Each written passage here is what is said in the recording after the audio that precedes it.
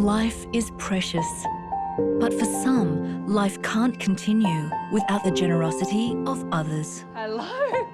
Without the blood and blood products, I wouldn't be alive. It takes hope, We just broke down into tears.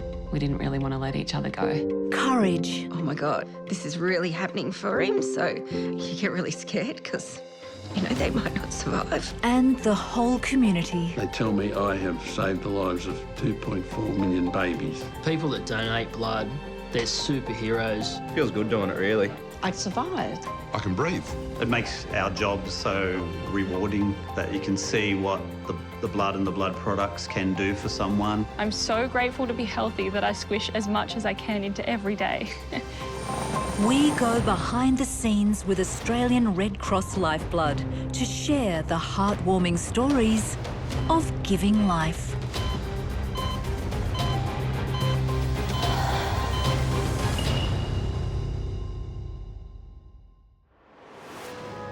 And now, on Giving Life. A road trip ends in life-saving transfusions. The accident has definitely changed my perspective of blood. You don't know you need it until you need it. Plasma donations help a young woman beat the odds. In terms of what could have happened and what did happen, I still count myself as immeasurably lucky. And a small town sets a big target to save lives. I'm hoping we will achieve 1,000 lives today.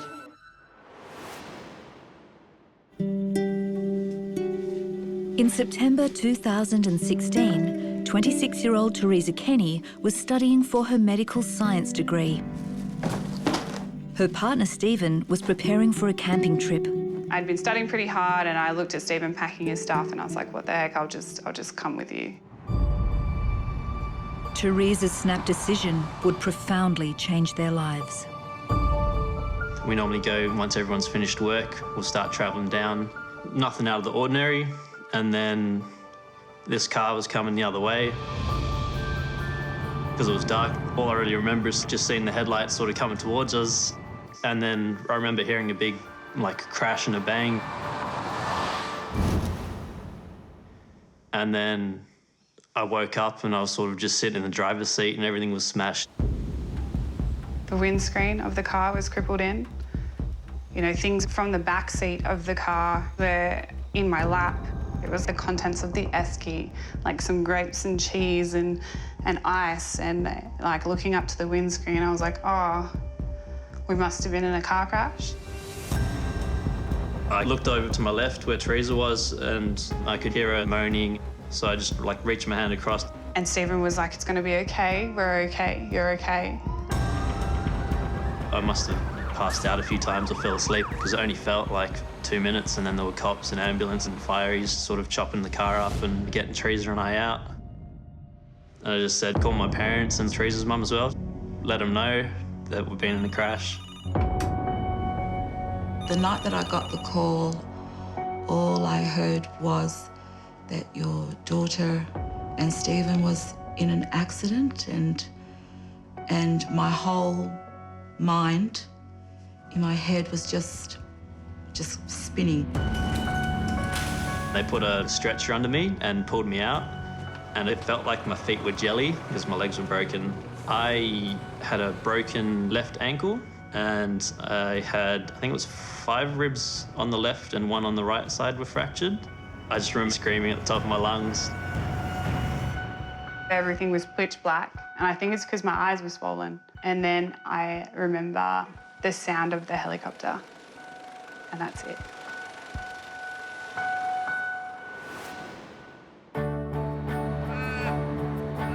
A great way for communities to donate blood and plasma is through group donations or lifeblood teams.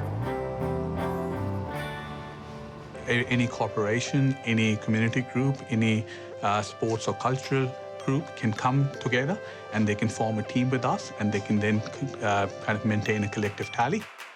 Today in Orange, New South Wales, Dr. Samitha Goundan is giving blood for her team Red Love, which is made up of 380 friends and colleagues.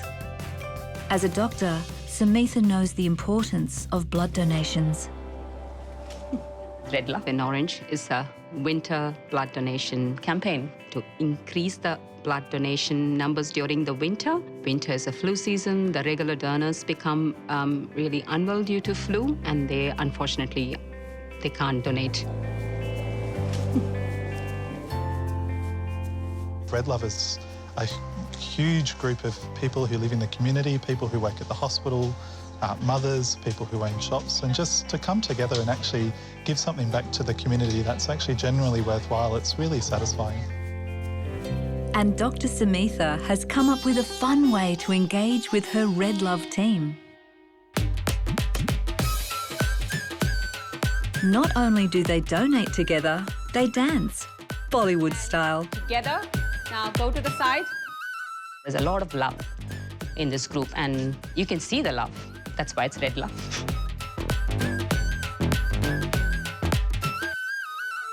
I started donating with red blood because my husband died recently and required lots of blood transfusions.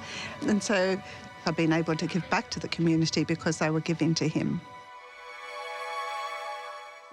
Last year, the group set a target of nearly 170 donations, potentially saving 500 lives. And they achieved that target in the end, and that kind of made me think that what if you give them a much more ambitious target?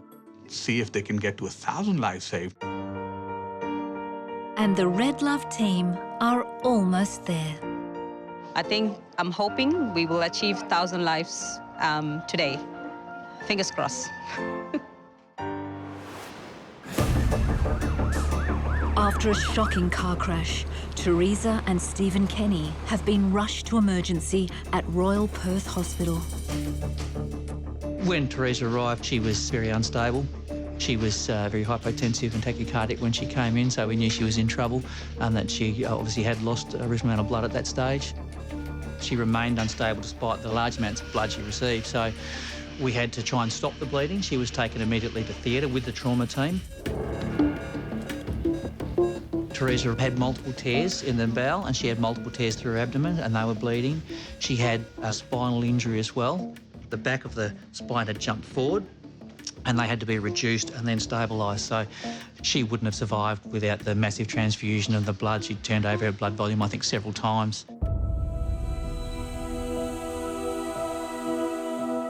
I came out of the surgery and then into ICU, and then I started seeing people. And I remember my mum being there. I remember seeing two of everyone because my eyes were not quite right.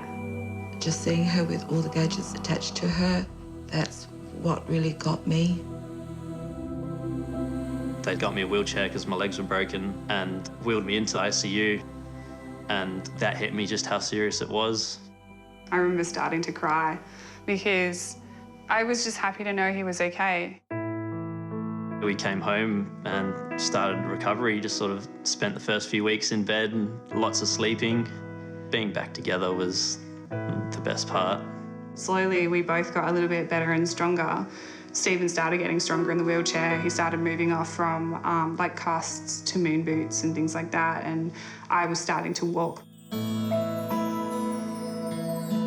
We used to go for walks together down to the local park where they have exercise equipment. She had the worst injuries, and I think she went through a lot of the tough stuff, and she wasn't even worried about herself. It was always other people, how other people are feeling, that she was looking out for me. We'd been dating since I was 16. The accident happened, and I think we realised just how much neither of us were going to go away from each other. So yeah, he proposed to me maybe 5 months after the crash. And we went to the registration office and got married with just like our families. The couple were enjoying married life when Teresa suffered a major setback. Unfortunately, my back started to decline again to the point where it was back to what it was in the crash.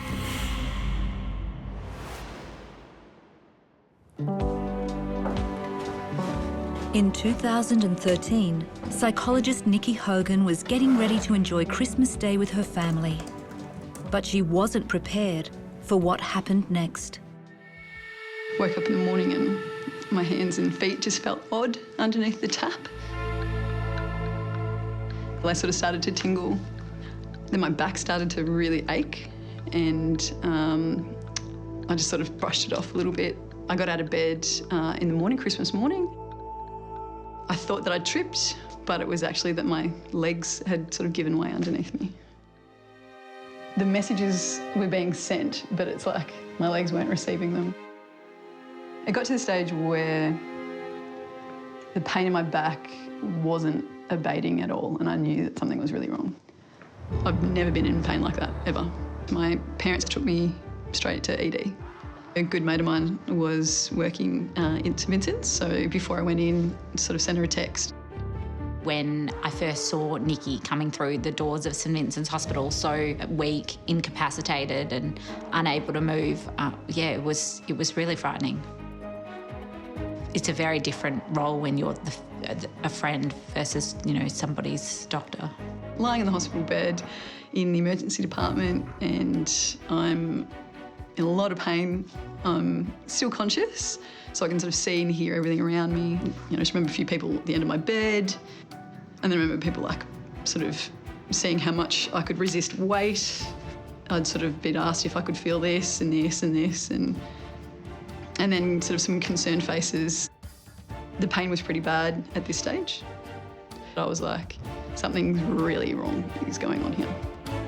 The pain that Nikki had was very extreme and immediately alerted us to try and find out a medical cause for her symptoms, an explanation as to why she may be in such pain. She had blood tests, MRI scans, lumbar puncture where cerebrospinal fluid is taken off from the lower back, and nerve conduction studies, which are to look at how the nerves are working.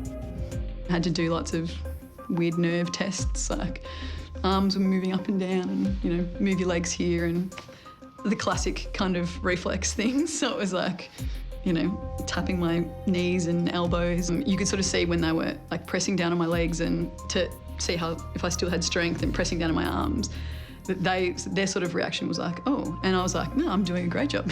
Like, this is fine. Like, my arms are fine. But you can see in their faces that they were like, this is not okay. Yeah. The first few days I saw Nikki, every day I felt that she was progressively weaker and she had less movement in her arms and legs. One day after I'd finished my shift, it was quite a nice day, and I took her out in the wheelchair across to the park. It was difficult because it wasn't the Nikki I was used to. With her symptoms and examination findings, the suspicion was that she had Guillain-Barré syndrome or GBS, a rare but also very serious neurological condition. It is actually an autoimmune condition where a person's own immune defense system mistakenly attacks the nerves in the body. In Nikki's case, the lumbar puncture fluid showed a very high protein level, which is seen in GBS. She had an MRI scan that did not show any other causes for her symptoms, and she had nerve conduction studies that showed slowing in the motor and sensory nerves in the arms and legs, which would be consistent with GBS. It is imperative that treatment is given early. The longer there was delay, the higher the chance of incomplete recovery or long-term permanent disability. And she said that there's a 70% chance I'll fully recover, but there's a 30% chance I won't. Yeah, it was not something that you can kind of really fathom. It's like you're either gonna be okay or you're really not.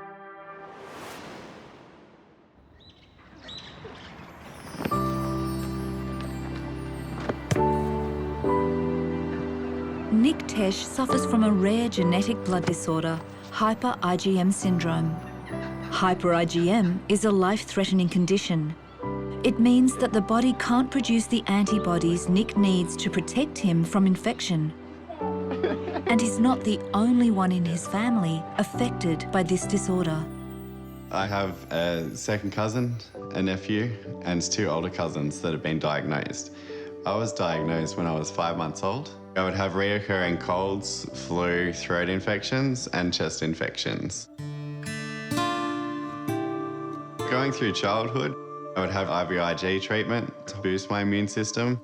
I did think that I had a shorter life expectancy. My cousin Shane sadly did pass away due to hyper IgM syndrome at the age of 21. So that made me feel like there was a potential end date for the condition, and it wasn't until I reached that age and past it that I realised that life's going to continue and go on as well. Every 4 weeks I get IVIG treatment, which is made up from plasma donations and whole blood donations. Plasma is a blood product that's in constant high demand. Its various components save thousands of lives every year.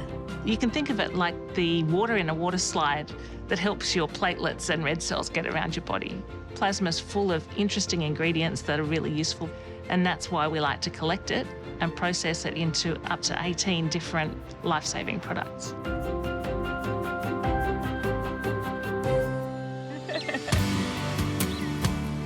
My life, to picture it without infusions, wouldn't be this good. I've gone from being able to survive with the condition to now thrive. I'm so thankful for the Life Blood Service to be able to provide the whole blood donations and the plasma for the IVIG that I receive. I can't thank the donors enough. They've kept me alive and happy and healthy for 33 years, and that's amazing.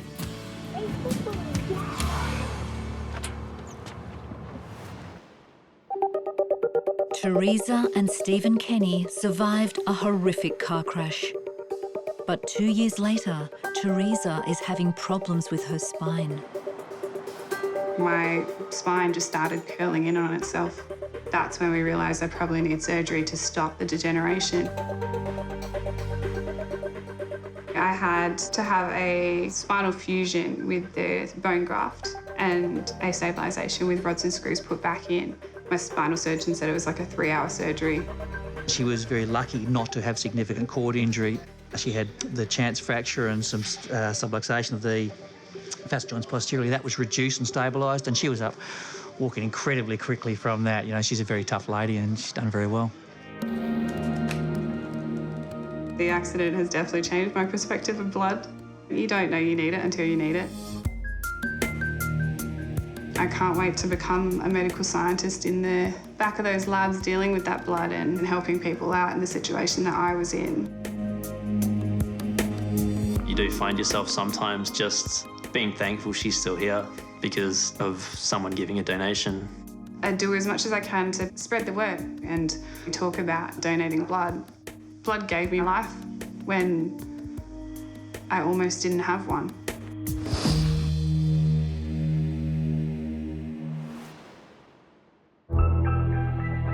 29-year-old Nikki Hogan has just been diagnosed with Guillain-Barré syndrome, or GBS, a rare condition where her own body is attacking her nervous system. Nikki was diagnosed within 1 to 2 days of presenting to St. Vincent's Hospital, and treatment was started thereafter. Nikki was given IVIG, or intravenous immunoglobulin. That was the immediate treatment that she received. IVIG is an extremely important treatment that we use for Guillain-Barré syndrome. There are no specific other drug treatments for GBS. IVIG basically speeds up recovery and reduces further immune attack on the nerves. It's a solution of blood plasma, so each IVIG vial, which is about 200 milliliters, would require multiple donors to produce. I remember thinking, oh my God, like, this is a donated blood product. Like, someone really sick needs this. Like, you know, is it okay to use on me? And then the nurse was like, you're really sick. This is for you. Nikki received 200 to 300 milliliters of IVIG per day and a total of 5 days of IVIG infusions. I remember it was like clockwork. It was like liquid gold. Nikki was in hospital for 8 days at St. Vincent's. She required outpatient rehabilitation afterwards, and it took her approximately 6 months to return to feeling normal again. Yeah, 6 years on, I'm happy, healthy. It's like it never happened. It's awesome. I actually can't express the gratitude that I had for the people that had donated that product. I remember thinking it's one of the most selfless things that you can do. In terms of what could have happened and what did happen, I still count myself as immeasurably lucky. I think it's amazing that with the treatment I was provided, it's like nothing ever happened. It's incredible. You know, that combined with the generosity of plasma donors is just unbelievable to me. I think they're amazing. Reflecting back, without immunoglobulin, I mean, she most certainly wouldn't have made the recovery that she has today, and it's great to see her fit and well and kicking goals. Active community member Dr. Samitha Goundan and the Red Love Lifeblood team have set themselves a target of making more than 330 donations, with the potential to help up to 1,000 patients.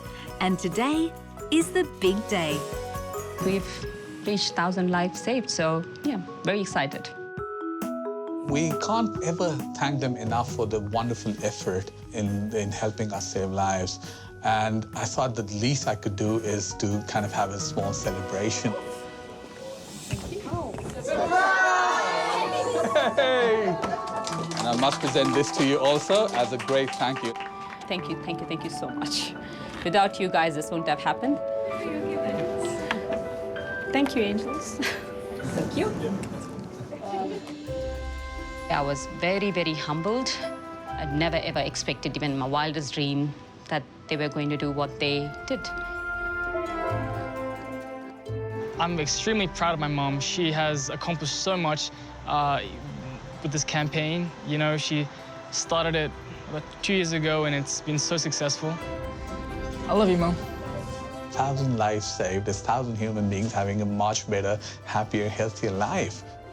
Obviously, one person can only do so much, but if everyone comes together, the value of their efforts kind of is many times more.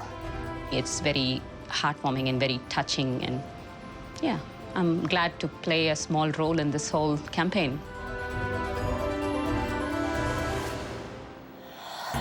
Next time on Giving Life.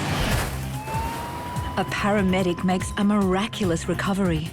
Had the helicopter not been carrying blood that day, I don't think he would have made it.